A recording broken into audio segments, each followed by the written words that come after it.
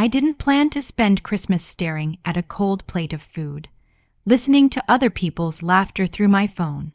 The tree was lit, the house was quiet, and for the first time in my life, I wasn't welcome where my heart lived. That morning, I woke up before the sun, the way I always did on Christmas Day. Habit is a strange thing. It stays even when joy leaves. The heater hummed softly, fighting the December chill, and somewhere outside, a neighbor's radio was already playing carols. I lay there for a moment, staring at the ceiling fan, telling myself to breathe. Just breathe. Today is still Christmas, I whispered, even if it doesn't look the way it used to. I pushed myself out of bed and wrapped my cardigan tighter around me. The house smelled faintly of pine and cinnamon, leftovers from the night before when I'd tried to make it feel festive.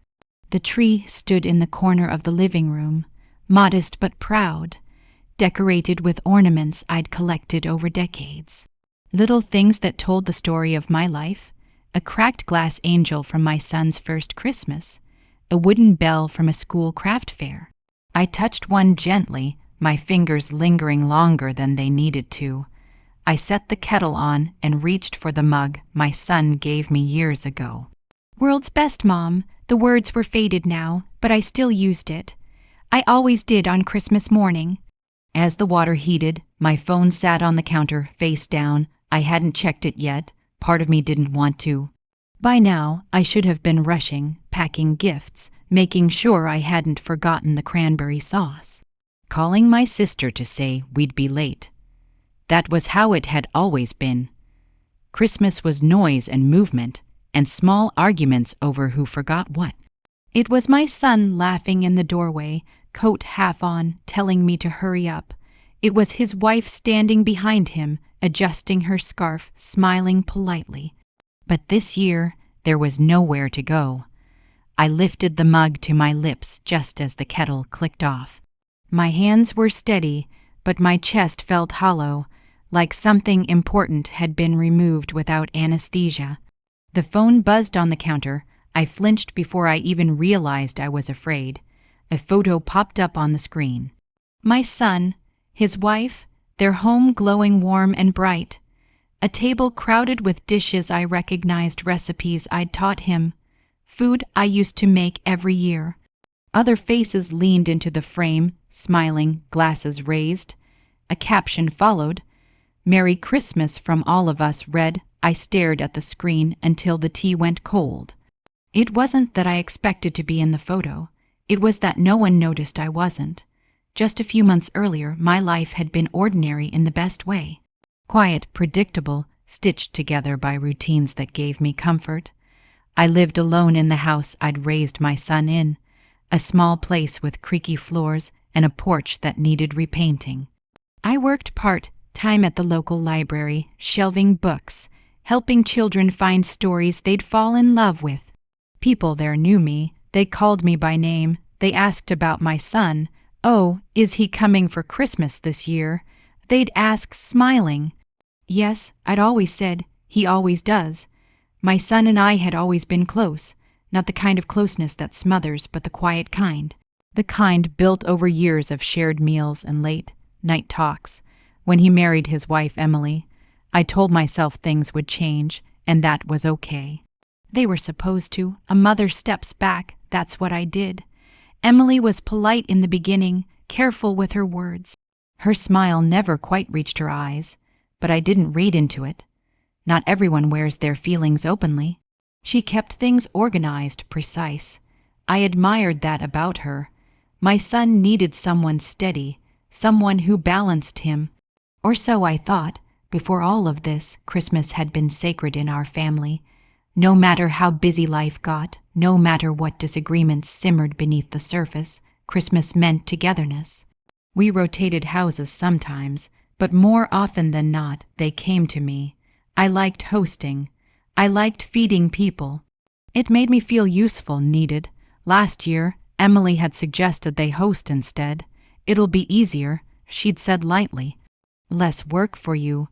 I remember hesitating, a small pause that felt bigger than it should have, but I smiled and nodded. I didn't want to seem ungrateful or territorial, so I agreed, and it had been fine. Different, but fine. I told myself that change wasn't loss. This year, I assumed the same arrangement would stand. No one told me otherwise. Not until a week before Christmas, when my son called me one evening, his voice careful in that way that told me something was coming. "Mom," he said, "Emily thinks it might be better if you didn't come this year." I laughed at first. A short, confused sound. Didn't come where? There was a pause. I could hear someone moving in the background. A cupboard closing, the clink of dishes. "To Christmas," he said quietly. I remember gripping the edge of the counter, the room suddenly too still. "Why, she said you told her something." He replied, "Something that upset her. She feels uncomfortable." I searched my memory in that instant, flipping through every conversation I'd had with her, every text. What did I say? Another pause, longer this time. "She said you told her you don't approve of her." He said, "That you think she stole me from you." The words hit me like cold water. I never said that. I whispered. "I know," he said too quickly. I think, but she's really hurt, Mom. She's been crying. That word carried weight. Emily crying felt heavier than me telling the truth. "Can we talk about this together?" I asked. "All three of us," he sighed. "Maybe after the holidays." After the holidays, that was how I spent Christmas alone. Not because of distance, not because of illness, but because of a lie that settled quietly between us and grew roots before I could pull it out. I didn't know yet how deep it went. I didn't know what else had been said in my name. All I knew, standing in my silent living room with the tree blinking patiently, was that something precious had been taken from me. And it hadn't happened all at once. It happened softly, carefully, and by the time I realized it, Christmas had already passed me by. The days leading up to Christmas blurred together after that call. I moved through them the way you do after bad news, slowly, deliberately, as if any sudden movement might shatter what little balance you have left. I went to work at the library like nothing had changed. I shelved books. I smiled at children tugging on their parents' coats. I wished people a Merry Christmas and meant it, even though the words felt strange in my mouth. At lunch, I sat alone at the small round table near the window and watched snow gather on the ledge outside. It reminded me of the years my son was little, when he'd press his nose to the glass and ask if it was real snow. Yet, at night, though, when the house settled and the clocks seemed louder than usual, my thoughts refused to rest. I replayed the call over and over, Emily crying, my son sounding torn, the accusation hanging in the air like smoke. "You think she stole me from you." The truth was, I'd never felt that way. I missed my son, yes. I missed the easy closeness we used to have. But I'd been proud of the life he built. I told people that. I meant it. I had swallowed my loneliness the way women of my generation often do, quietly, without complaint. So where had that lie come from? I scrolled back through my messages with Emily, reading them slowly, line by line. Polite thank yous, short updates, holiday plans discussed in neutral tones. There was nothing there that hinted at resentment or disapproval. No sharp edges, no secret insults. A small, uneasy thought began to form. If I hadn't said those things, then why would she say I did? The night before Christmas Eve, I called my son again. I told myself I wouldn't beg. I would simply ask to be heard. "Mom," he answered, his voice tired, "everything okay? I need you to listen to me." I said, "I didn't say those things to Emily, not ever." There was silence on the line. I imagined him rubbing his forehead the way he used to when he was stressed. "She said it was during that lunch you two had last month." He replied. I remembered that lunch. We'd met at a cafe near her office. I'd been nervous, wanting to connect. I'd complimented her hair, asked about her job, told her I was glad my son had someone so capable. She told me you said you felt replaced. He continued, "That you warned her not to turn me against you." My throat tightened. I asked her if marriage was a big adjustment. I said slowly, "I said I knew it could be hard when families blended. That's all." He exhaled sharply. "Mom, I don't know who to believe right now." Those words hurt more than the lie itself. After we hung up, I sat in the dark, the glow from the Christmas lights casting soft shadows on the walls. I felt something settle in my chest, not anger, not yet. Something closer to sadness mixed with clarity. For the first time, I wondered if this wasn't a misunderstanding at all. Christmas Eve came, and with it, a quiet I wasn't used to. I cooked anyway. Old habits die hard. I roasted a small chicken, peeled potatoes, made stuffing from a recipe written in my mother's handwriting. The smells filled the house, comforting and cruel all at once. I set the table for one. As I ate, my phone buzzed again. A message from Emily. I hope you're well. I think it's best we give each other space right now. No explanation. No invitation to talk. Just a polite closing of a door. I typed out several replies and deleted them all. Any response I sent would either sound defensive or desperate, and I refused to be either. Instead, I set the phone face down and finished my meal in silence. That night, I barely slept. I kept thinking about something my own mother once told me. When someone wants you out of the picture, they rarely push. They whisper. Christmas morning arrived without ceremony, no excited phone call from my son, no plans to get dressed up. I moved through the house slowly, touching familiar things, the arm of the couch where he used to sit, the picture frame on the mantel that held a family photo from years ago. I didn't cry, not yet. Instead, I felt a growing need to understand, to see clearly. Lies thrive in confusion, and I was done being confused. Around noon, I called my sister. She answered on the second ring, her voice warm. "Are you on your way?" she asked. I swallowed. "I'm not coming." There was a pause. "What do you mean?" "I wasn't invited," I said simply. She didn't speak for a moment, and in that silence I heard something shift. "Who told you that?" "My son," I replied. He said Emily was uncomfortable. Another pause, then carefully, "That's strange. She told us you didn't want to come." The room seemed to tilt. "She said you were upset with her." My sister continued, confusion creeping into her voice, "That you needed time." My hand tightened around the phone. "She said that?" "Yes," she said. "We all thought it was between you two." When we hung up, I sat very still. The lie was no longer just between Emily and my son. It had been shared, repeated, allowed to grow. That was when the hurt finally broke open, and something else took its place, resolve. I didn't want revenge. I didn't want to humiliate anyone. I just wanted the truth to stand where the lie had been. And I knew, deep down, that it wouldn't come out unless I brought it into the light myself. That afternoon, as snow began to fall again, I picked up my phone and sent one message. To my son, to my sister, to the family group chat Emily had created. I didn't choose to be alone today. I was told I wasn't welcome. I never said the things being attributed to me.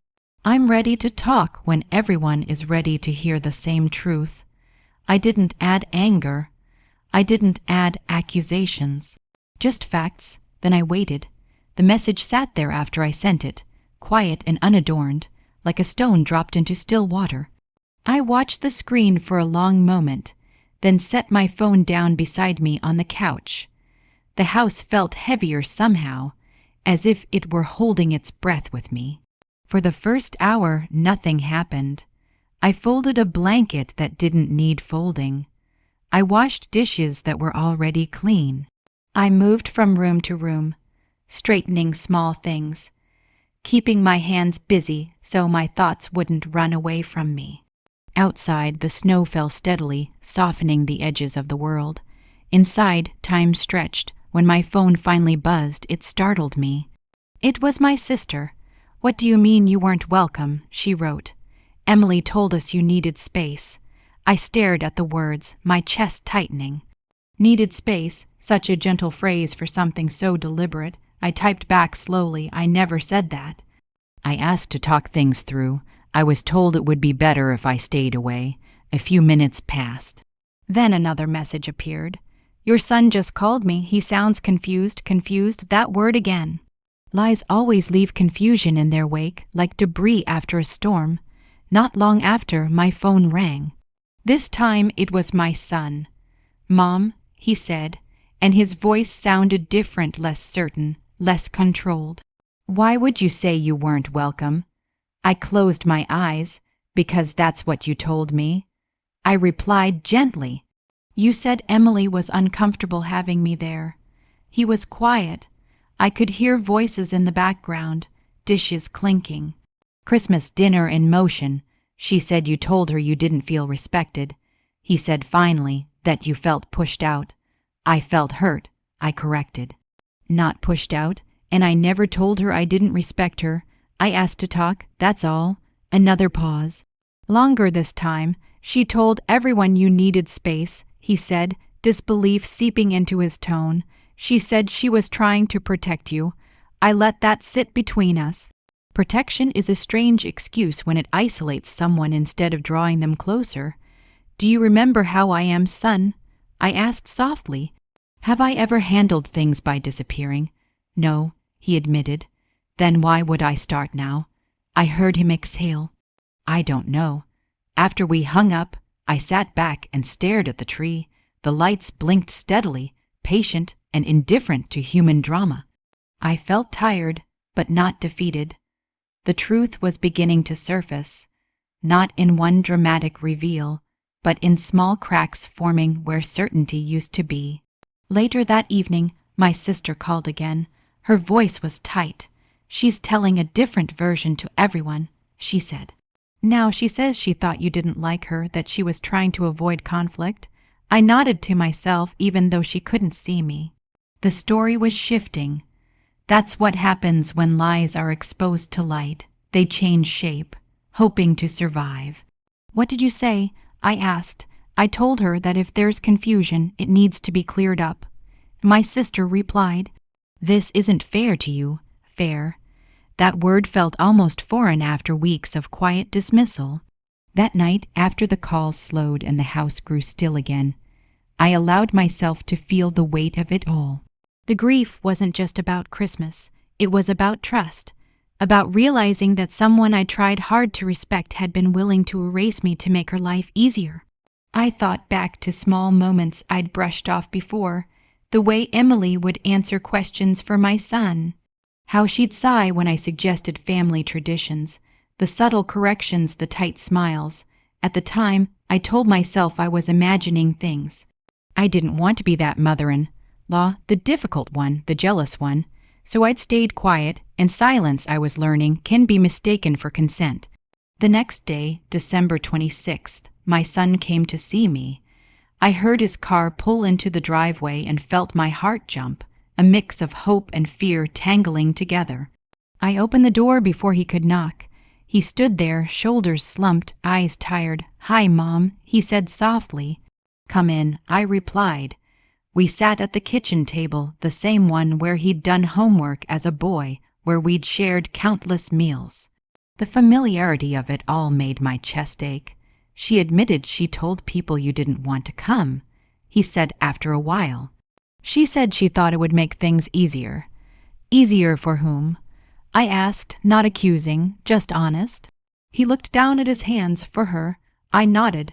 "Did she admit to saying I disapproved of her?" He hesitated. "She said she might have misunderstood your tone." Misunderstood, another soft word. I let it go. This wasn't about winning an argument. It was about being seen. "I don't hate her," I said. "I don't want to hurt her, but I won't carry words I never said." "I know," he replied quietly. "And I'm sorry I didn't listen to you sooner." That apology mattered more than he knew.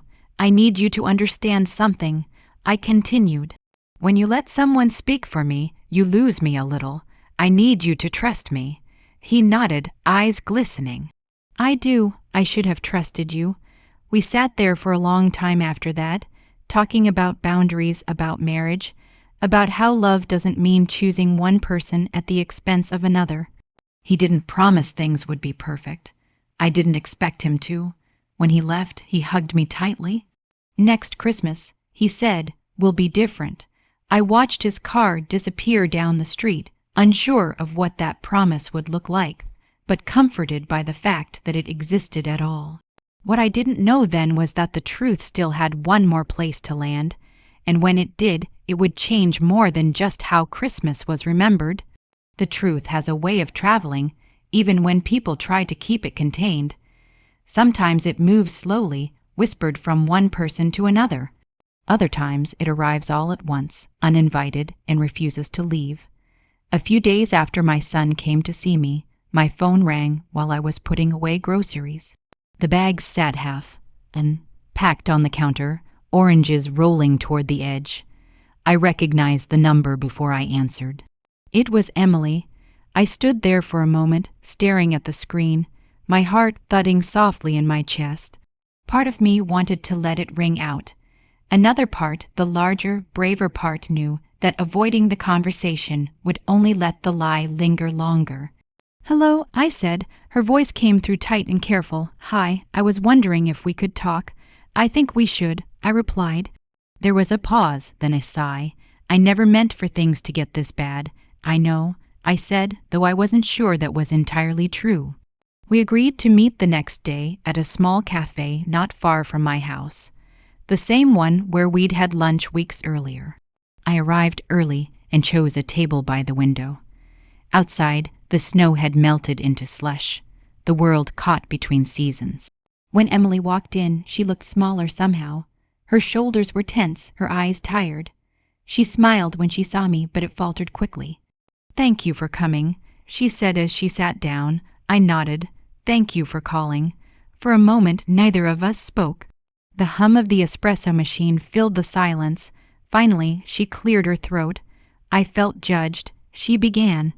"I guess I projected that onto you. I didn't judge you," I said calmly, "but you didn't ask me what I meant. You decided." She looked down at her hands. "I didn't think it would matter. I thought, if you stayed away, things would be calmer." "Calmer for who?" I asked gently. Her lips pressed together for me. There it was again, the honesty finally spoken. "I've always felt like I was competing with you," she admitted. "Not for his love exactly, but for his attention. When you're around, he listens to you. He changes." I felt a pang then, not anger, but understanding. Insecurity can make people do quiet, destructive things.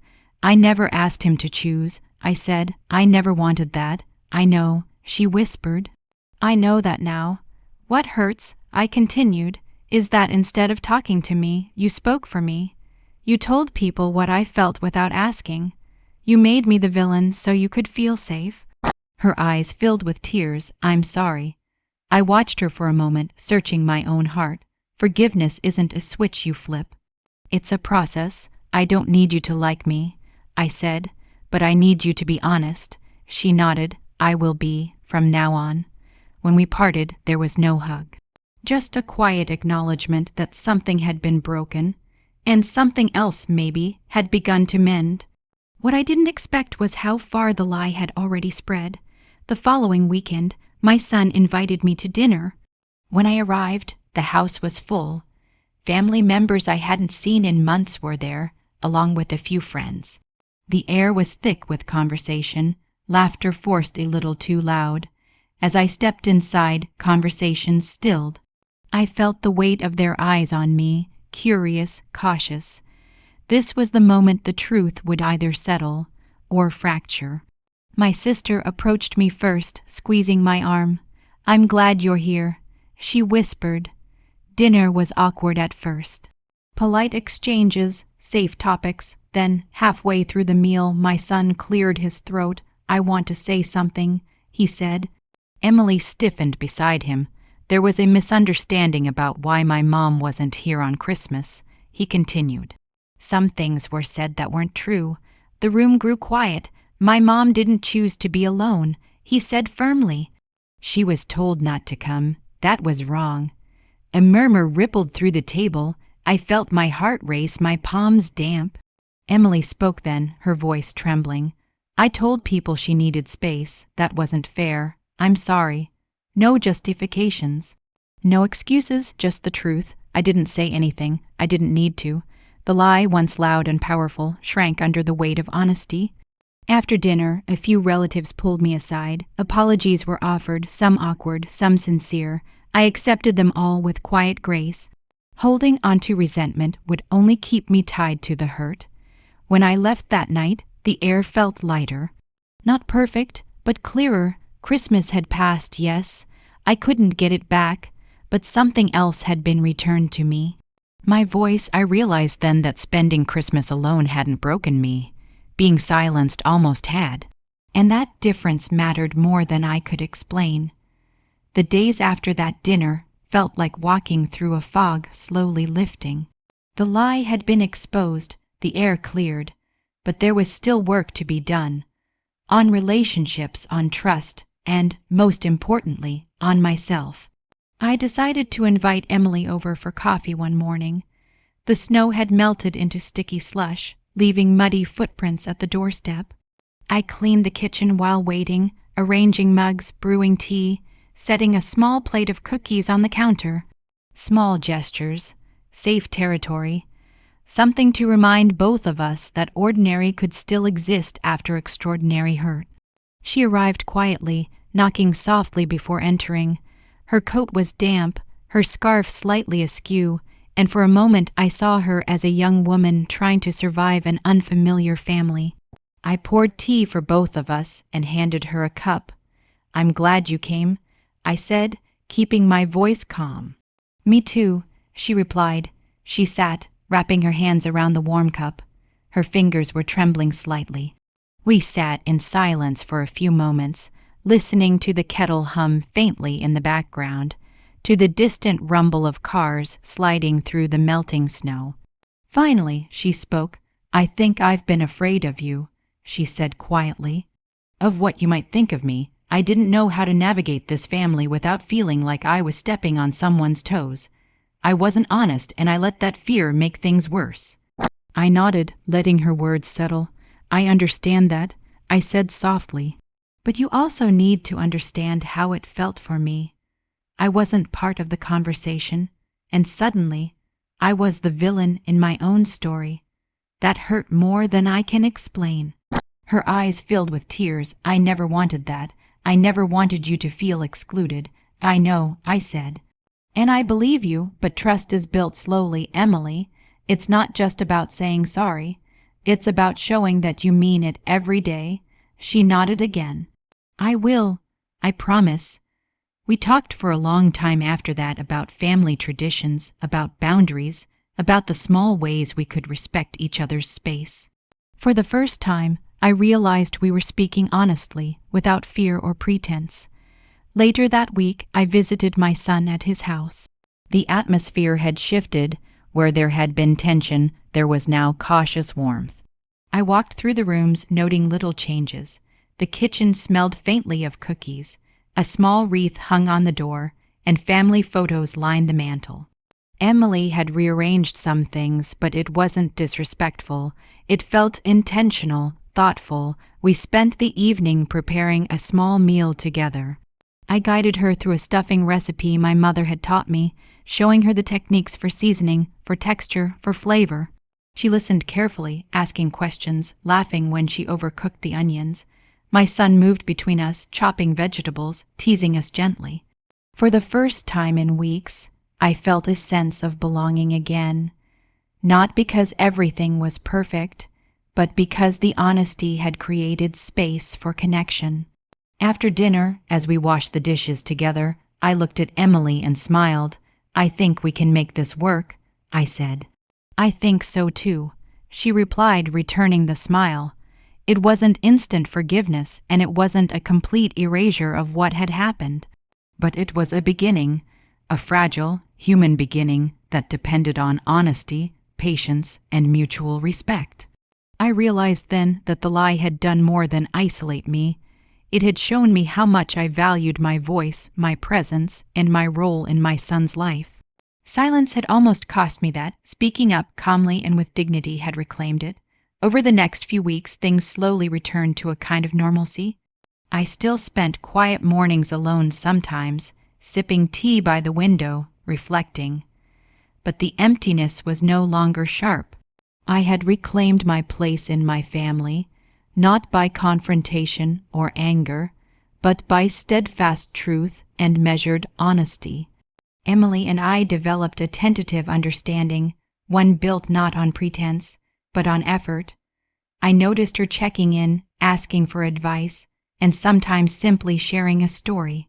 In return, I tried to listen without judgment, recognizing the vulnerability behind her earlier actions.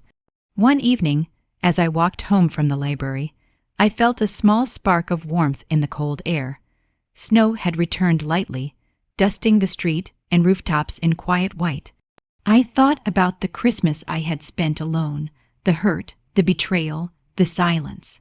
And then I thought about the Christmas that had followed a quiet, honest conversation that had begun to mend what was broken. I understood finally that Christmas wasn't about one day. It was about presence, honesty, and effort.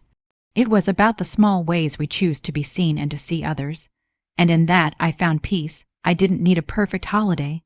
I didn't need apologies shouted from rooftops. I needed truth, and I had it. That was enough. The following week, the truth about Christmas began to ripple beyond our immediate family. Emily, careful but determined, spoke honestly when relatives asked about my absence.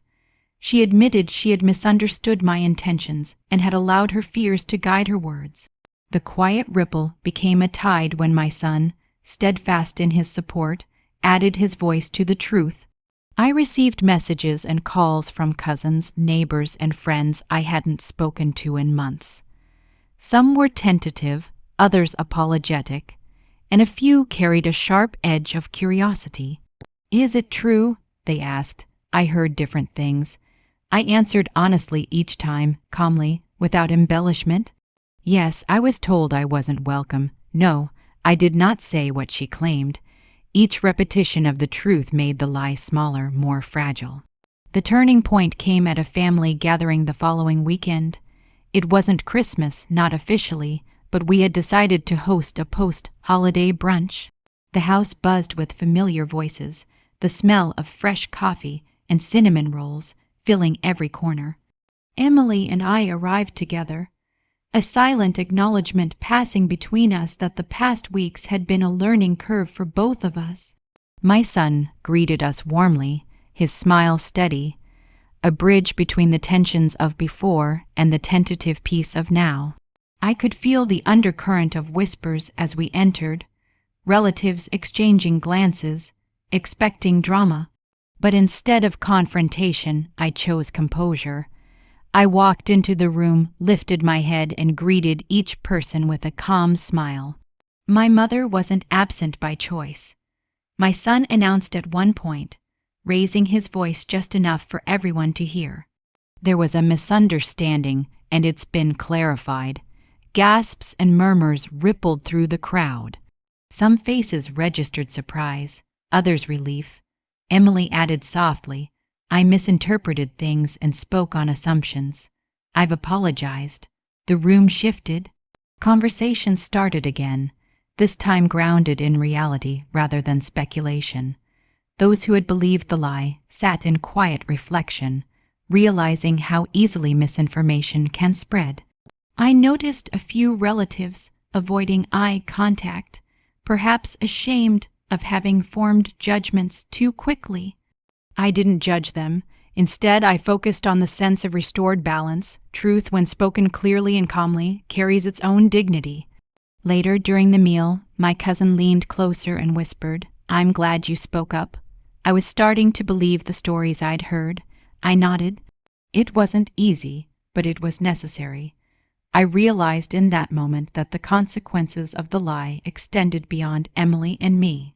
People had been misled, relationships strained, and trust tested. By confronting it, I wasn't just reclaiming my own place. I was preventing further fractures within the family. Even Emily seemed to understand the gravity of what had happened. She approached me later, quietly, during dessert. "I'll never let fear make me speak for someone again," she said, her voice sincere. "I understand now how dangerous that can be."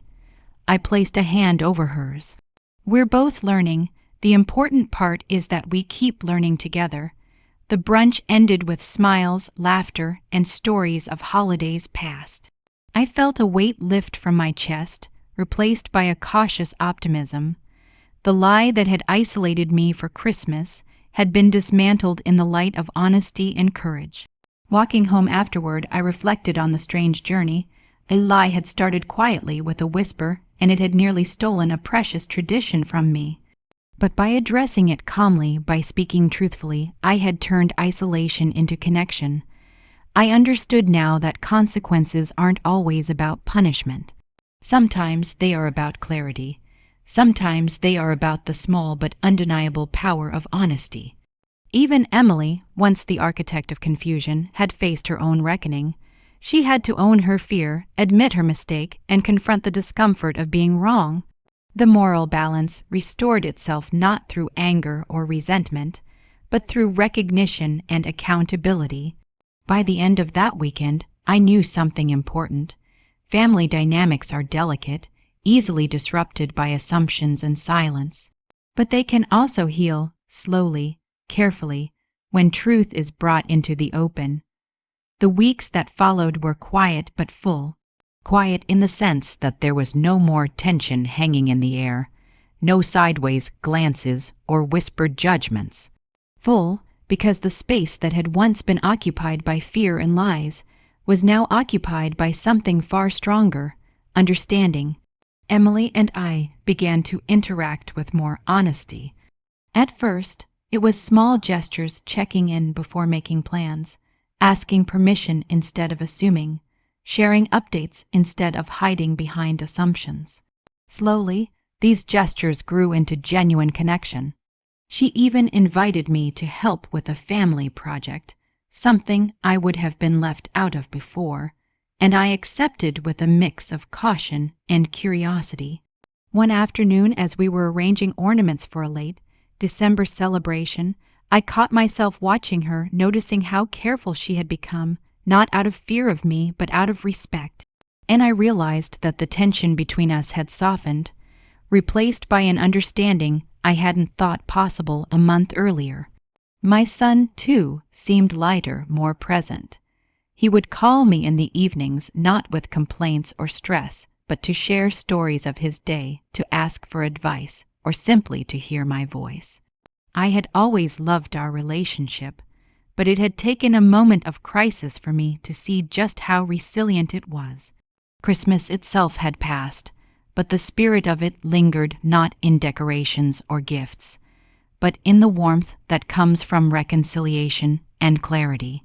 I realized that healing doesn't happen all at once. It's built in tiny moments, a shared laugh, a sincere apology, a hand offered without expectation. One Sunday morning, I visited my son and Emily again, this time for a simple brunch. I carried a small basket of muffins and coffee, the aroma of which mingled with the faint smell of cinnamon from the candles on their table. Emily greeted me with a genuine smile, and I realized that I felt no trace of resentment, none at all. "Thanks for coming," she said as I set the basket down. "I appreciate it." "I'm glad to be here," I replied. "Really?" During the meal, the conversation flowed naturally. We spoke about plans for the new year, about work, about family traditions we could revive together. There were no tensions, no secrets lurking in the corners, just honest interaction, shared respect, and small acknowledgments of mistakes that had already been addressed. Later, as we cleared the table together, Emily glanced at me and said quietly, "I understand now that family isn't about control. It's about connection." I smiled, feeling a weight I didn't know I'd been carrying lift from my shoulders. "Exactly," I said. "And it's never too late to rebuild that connection." I thought about the Christmas I had spent alone. At the time, it had felt like a wound that would never heal. But now, looking back, I saw it differently. That lonely Christmas had forced a confrontation, had forced truth into the light.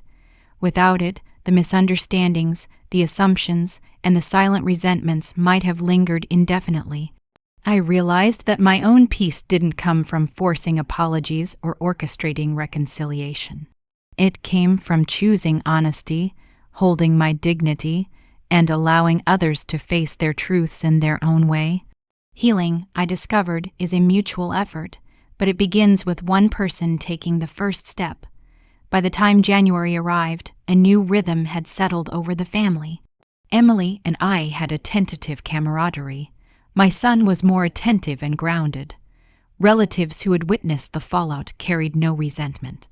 And I had regained something invaluable, the knowledge that my voice matters, that my presence is recognized, and that even when lies attempt to isolate me, I have the power to reclaim my space. I found myself laughing more freely at the library again, enjoying quiet evenings at home, and even thinking about the next holiday season without the sharp sting of exclusion. There was no grand celebration needed to mark this healing, no dramatic gesture, just a steady, careful rebuilding of trust and understanding, day by day. One evening, as I sat by my window with a cup of tea, the snow falling lightly outside, I thought about the lessons I had learned. Trust cannot be assumed. It must be nurtured. Silence in the face of lies can be dangerous.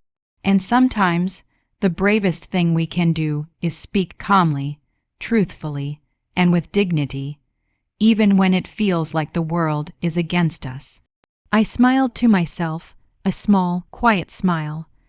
Christmas had passed, but I had found a deeper gift than any present, the gift of clarity, reconciliation, and inner peace. And for that I was grateful. Sitting here now in the quiet of my home, I think about that Christmas, the one I spent alone, the one that felt stolen from me by a lie. At the time, it hurt more than I could have imagined. But looking back, I see it as a turning point, a moment that forced honesty, revealed truths, and taught me about boundaries, patience, and the power of speaking up. Family is never perfect. Relationships are messy, complicated, and sometimes fragile, but they are also resilient. They can heal if we are willing to face uncomfortable truths, admit our mistakes, and extend grace to one another. I didn't need to demand apologies or orchestrate reconciliation. I simply chose to stand in my truth, calmly and firmly, and allow others to meet me there. Emily and I still have moments of awkwardness, as all blended families do, but we also have understanding. And most importantly, we have respect. My son and I are closer than ever, not because the lie disappeared overnight, but because we faced it together. Christmas, I've realized, is not about the gifts, the food, or even the decorations. It's about connection, about being present, about speaking honestly, listening carefully, and valuing one another's feelings. That is the gift I carry with me now. I wonder sometimes, what would you do if someone spoke for you, spreading false stories in your name? Would you stay silent, or would you find the courage to speak your truth? If my story resonates with you, consider sharing it with someone who needs to hear it, or leave a comment below to let me know how you've faced a similar situation.